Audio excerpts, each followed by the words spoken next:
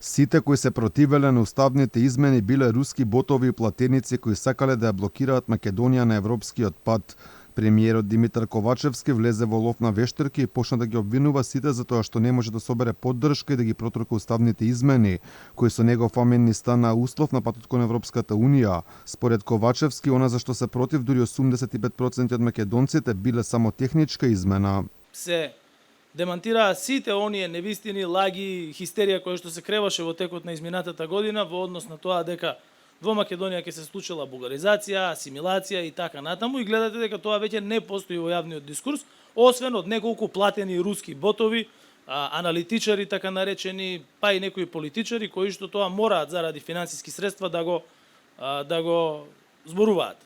Минатиот период власта не торпедираше со изјави дека би не се случила вистинска катастрофа ако до ноември не се изгласат уставните измени, но сега очигледно премиерот не се согласува со она што го говореа неговите колеги, а и самиот тој.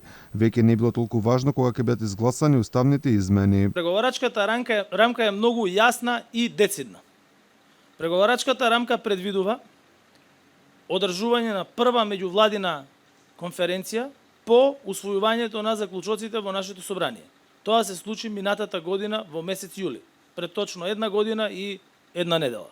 Втора обврска на Европската унија е без никакво одлагање, без дополнително закажување, што е напишано во преговарачката рамка, да се одржи втората меѓувладина седница, откако ние ќе спроведеме уставни амандмани. Од опозицијата остануваат цврсти на својот став, под вакви услови нема да има уставни измени. Потпредседателот на ВМРО ДПМН Александар Николовски ја повика власта веднаш да ги стави уставните амандмани на гласање за да видат дека немаат поддршка. Ние предлагаме веднаш да се стави на гласање за да се види дека ниту еден пратеник на ВМРО ДПМН и коалицијата нема да го поддржи овој предлог за уставни измени.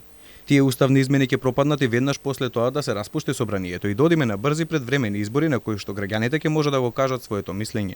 Октомври месец е идеален за одржување на избори.